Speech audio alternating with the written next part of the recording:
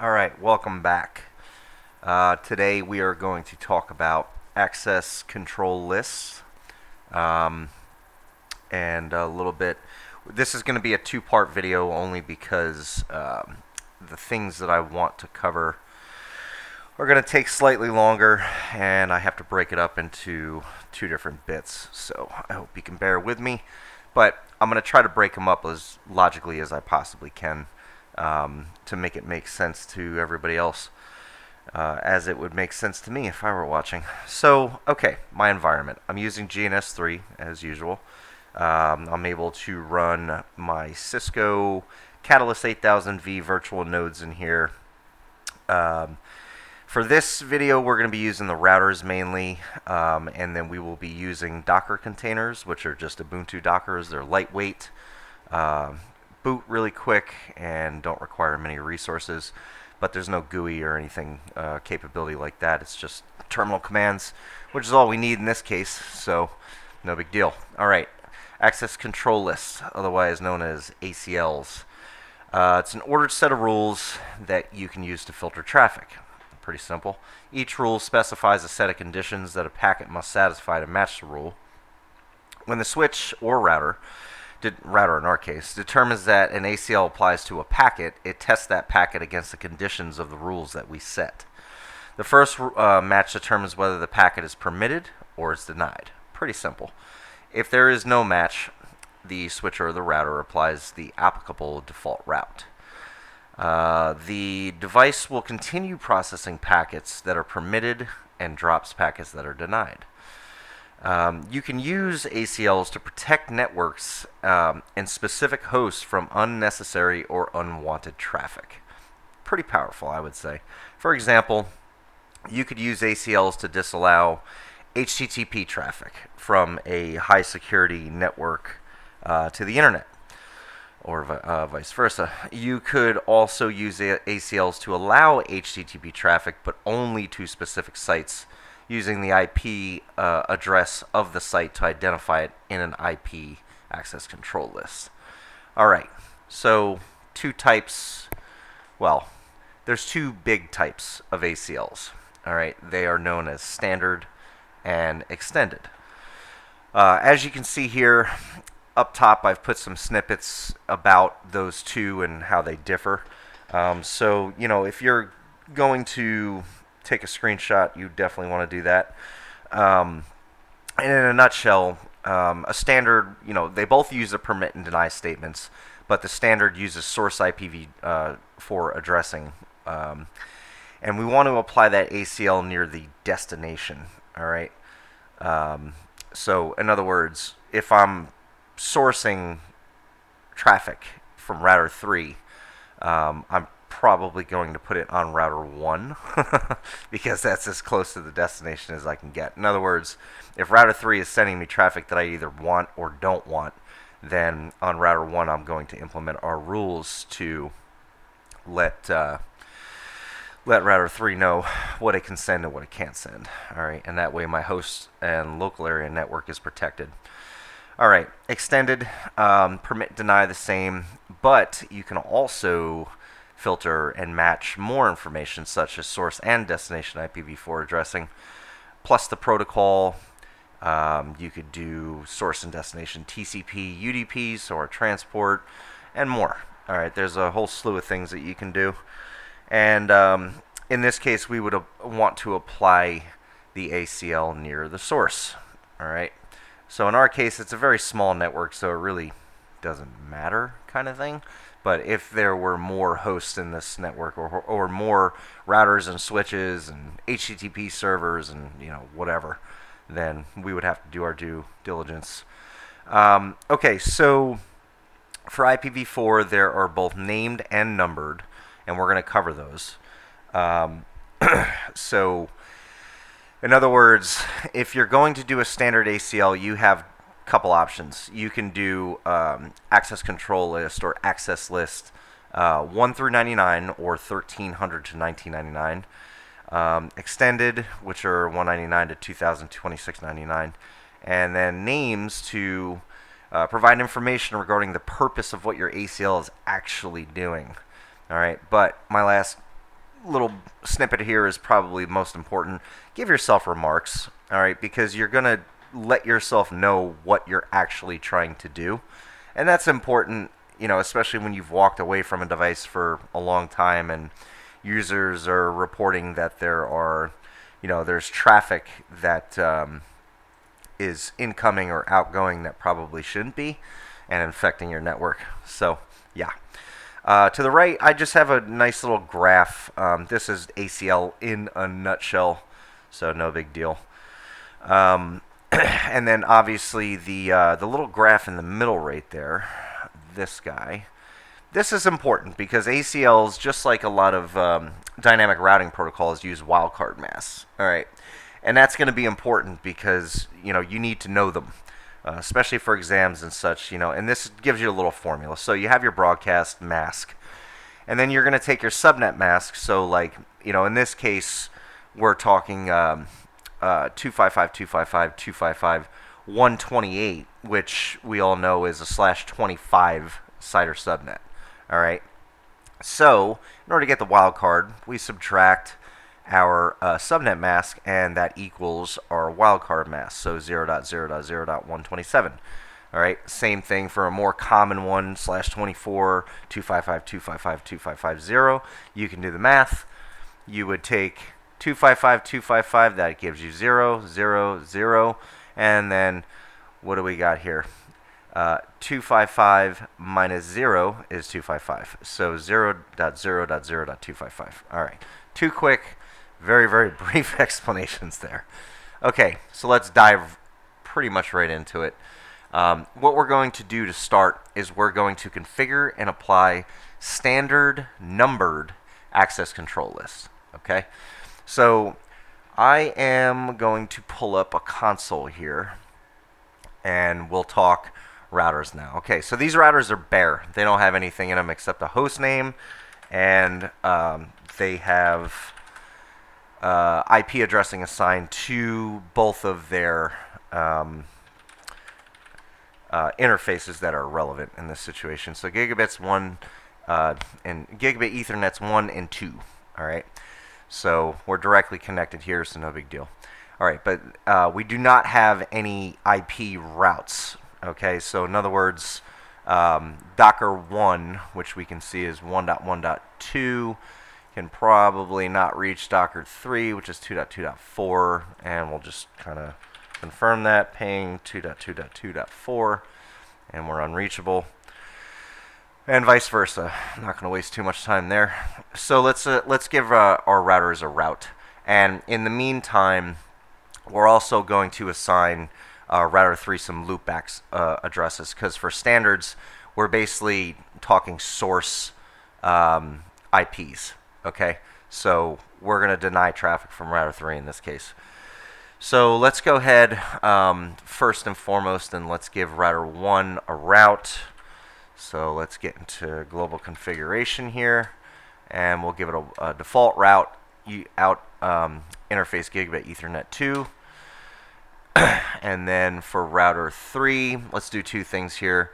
Let's give it its loopback addresses based on what we have over there in the little box, and then we'll give it a route as well.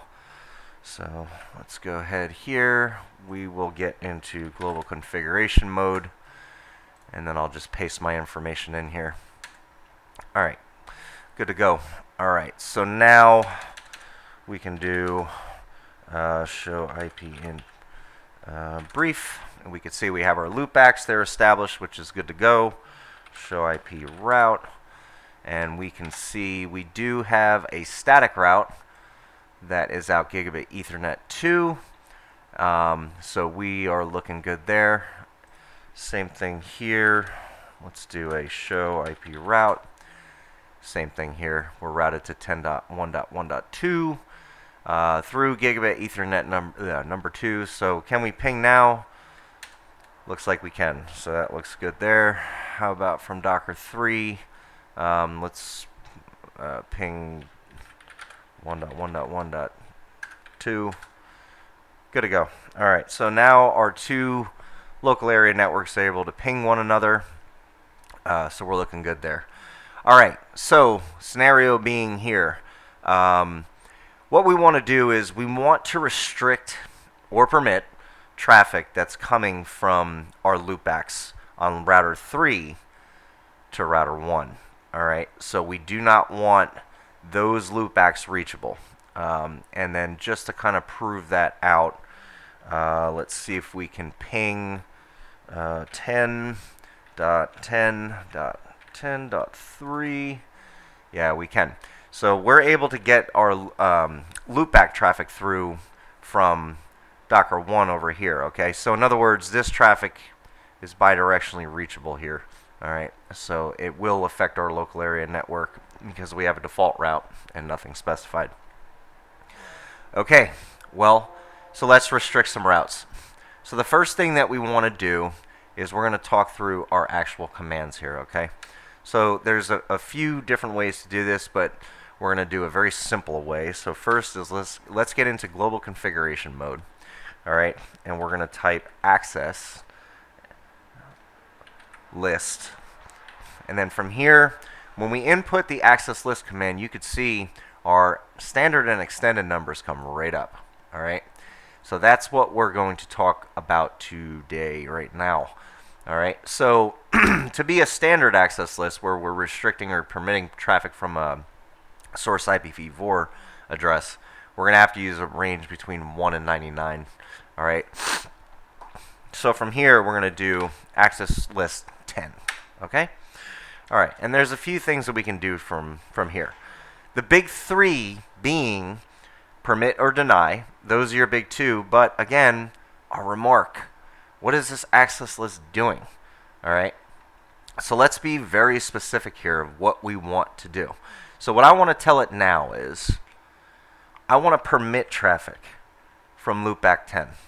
Okay, so in other words, router 3's loopback 10, I want that IP address, an IP subnet, to be able to access our network on router 1's local area network. Okay, so that's my remark. So I'm going to go ahead and push enter here. All right, now comes the actual access list itself. So we said access list 10, and then we want to do a permit. Okay, so we'll go ahead and type this in, access list 10 permit. Okay, now we're going to do a question mark. All right, so now we could say access list 10 permit host for a single host address, which in our case, if you were to do a wildcard, what would that be? Using our little, sorry, this is, oh no, why aren't you moving? There we go. Using our little graph here, our wildcard would probably be 0.0.0.0. Okay, so that's, in other words, you're identifying that host, which is your /32 network. Okay, so just keep that in mind. All right, but let's pull this back here. Okay, so back here we're going to do the actual subnet. So in this case, loopback 10 is an actual subnet. All right, there could be more addresses that could be added to this if it were a local area network. All right, so we're just kind of pretending here. But we want to permit it anyway. Okay, so what we're going to do is we're going to identify the network address. All right, in our case, it's 10.10.10.0. Okay, now using that /25, we actually had it right in the example, but we're going to do 0.0.0 and then .127, okay, because 255 subtracted from 128 subtracted from 255 is 127. All right, see how I got that wildcard? Easy, right? All right, so let's go ahead and permit that. Great, looks good. Now let's talk about some deny stuff. All right, so we're going to use the same access list here. So that's access list 10, and we want to deny from loopback 20. All right, so let's go ahead and we'll paste this in here. So we're going to deny from loopback 20. In other words, 10.20.20.3. We don't want traffic from there entering anything on our network. All right, so that's our remark telling me what we're doing here. But now let's actually implement our statement. So it's going to be access list 10 deny, and we'll talk through that, 10.20.20.0, the network address, and then the wildcard mask, okay? So 0.0.0.15, and we're just using that same formula. So if you were to take a /28, all right, and you were to use the regular subnet mask and then subtract that mask from your broadcast, this is what you're left over with, which is 0.0.0.15, okay?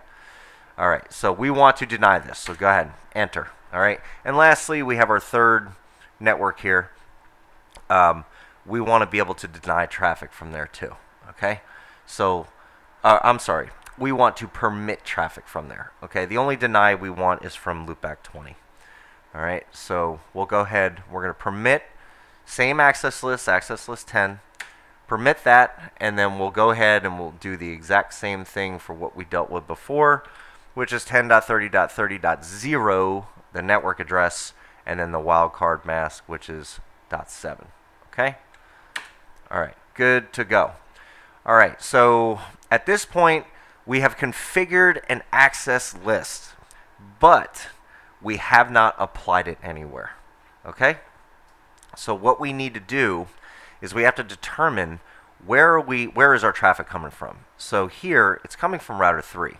So it's going to be inbound from router 3 to router 1's gigabit Ethernet 2 interface, okay? So what we have to do is we have to tell that interface what we're doing, all right? So if we go ahead and we go to interface gigabit Ethernet 2, all right, we're going to tell it, this is where it kind of associates on its own using, Cisco magic. But we will say access group, or I'm sorry, we have to identify IP access group, all right, and our access list up top was 10, so we have 10, and then we're going to say what do we want to do with it? Inbound packets, so in, all right, enter. Okay, now we are going to go over to router 3, all right. Now, before, I didn't show you, but router 3 was able to ping router 1 from all 4 of these networks. So it was able to ping it from the router itself, from its 10.1.1.2 interface, plus all of its loopbacks. And the way that we would, I'll show you how we do that now, but if we ping 10.1.1.1, router 1's interface, all right, what you're seeing is we're getting a U, all right, because what that means is administratively we have something blocking our traffic, all right, but that's what we want to see because that's what rule we set, okay. So now what we're going to do is this, we're going to go ping, but we're going to actually tell it which source, all right. So let's do source loopback and we'll do 10. Remember, we permitted traffic from Loopback10, so in theory, this should work, and it does, all right?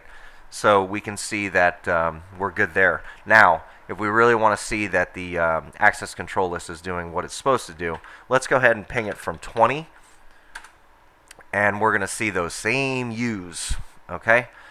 So that's telling you that that ACL is doing what it's supposed to do. All right, and just to prove that one last time, we permitted Loopback30, and we do have successful pings here, okay?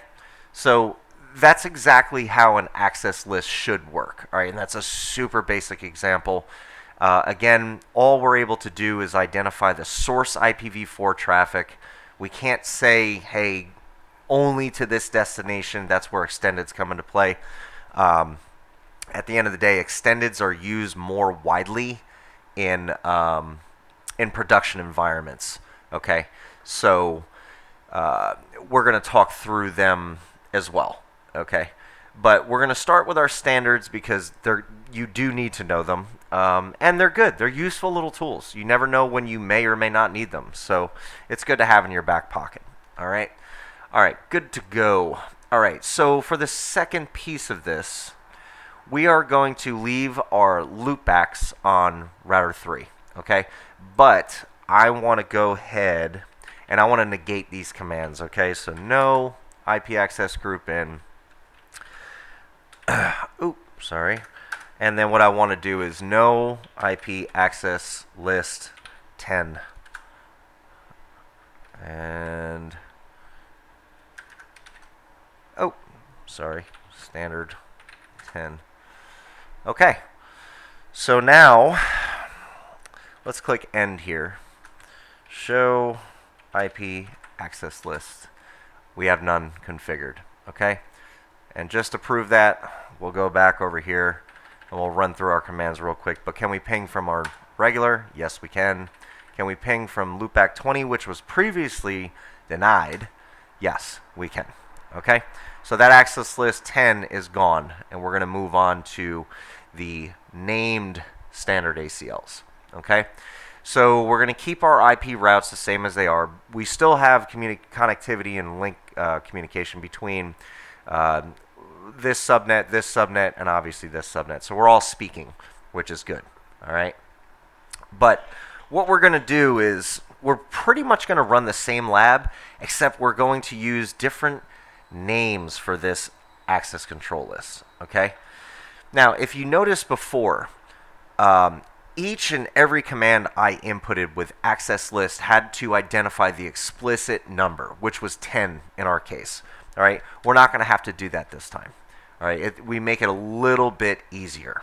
All right, because we're going to implement instead of saying access list, we're going to do IP access list, okay? And then we're going to determine that in this case we want standard, okay? So we'll do standard. All right, and now it's going to ask, what do you want to do? Do you want to do a number, or do you want to do a word, which is in our case a name? All right, and it's great because, specifically for Cisco, if you do click standard or type standard, it's going to tell you your options. These are the only two options that you have, buddy. All right, if you go outside of this, it's not a standard ACL. Easy enough. All right, so with that being said, we're going to use a word, okay?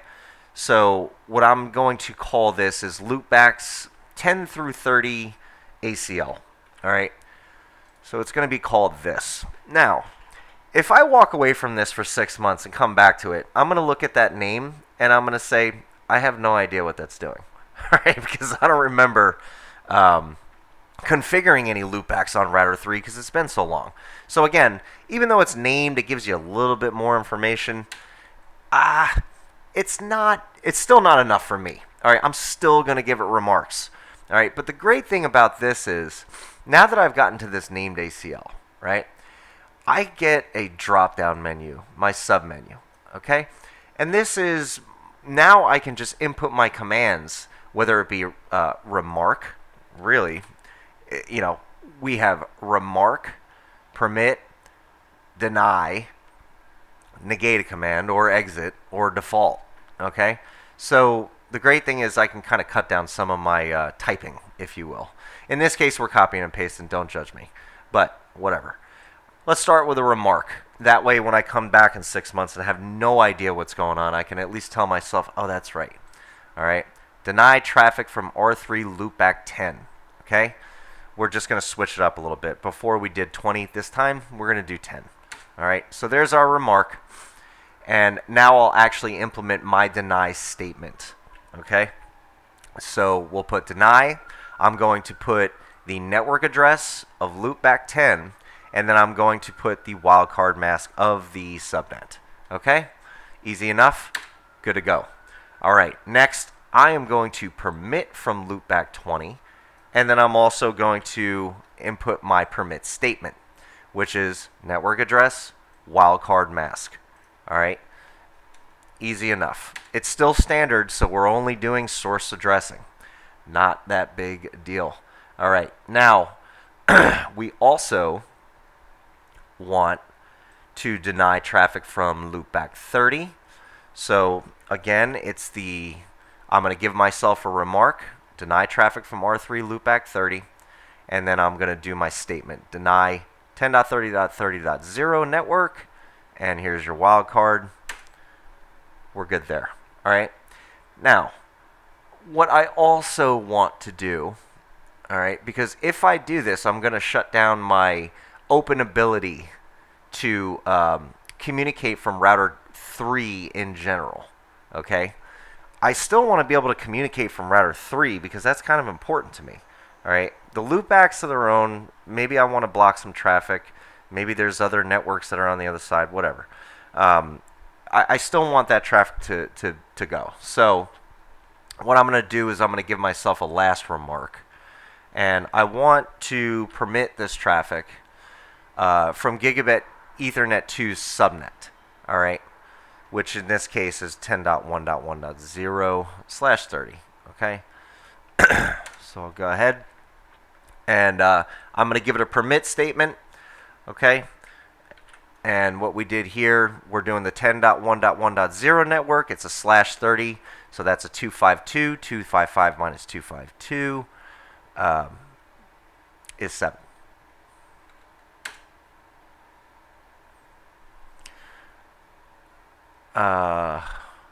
Actually, no. 255 minus 252 is 3. Maybe if I can get my math right. 3. That's better. Okay.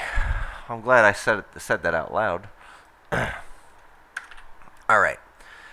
So, again, router 3 is still able at this point to ping all the way across because we haven't assigned this to an interface. Okay. So what we're going to do now is we're going to go back to interface Gigabit Ethernet 2, and then we'll assign. So we actually have to identify the ACL by its name this time. All right. So it would be IP access group, and then it's looking for its name. So in our case, it's Loopback10 30 ACL. And then again, what do you want to do? In. All right, good to go. So from here, we should go back to router 3, and keeping in mind what we just did, I'll kind of open this up a little bit. Can we ping from our normal subnet? All right, ping 10.1.1.1. All right, we can. All right, because we gave it that permit statement, and that's important because we still want that traffic to flow. But we denied from Loopback10. So are we able to ping from Loopback10? We sure can't, because our ACL is doing its thing as we told it to, which is exactly what we want. We permitted traffic from Loopback20, so are we able to do that? Yep, looking good there. How about Loopback30? Nope. So this ACL is doing what it's supposed to be doing. All right. And that's, in a very brief nutshell, that is your standard named and numbered access control list. All right. It is not super duper complicated, but you do want to know the ins and outs of, how does this access control list actually filter its traffic? Okay. What are we actually seeing here? And mainly it's just because we need to know this for exams, but we also need to know this in real life, because the last thing that we want to do is deny a critical service when there's a need for it. So we have to make sure that we're good to go and not preventing our customer from doing what they're supposed to be doing. But anyway, standard named and numbered ACLs in a nutshell. I hope you enjoyed the video, and stand by for part 2. We're going to dive into extended named and numbered ACLs, and then we're going to talk a little bit about multicast in preparation for future videos. But yeah, I hope you enjoyed this, and we'll see you soon. Thanks.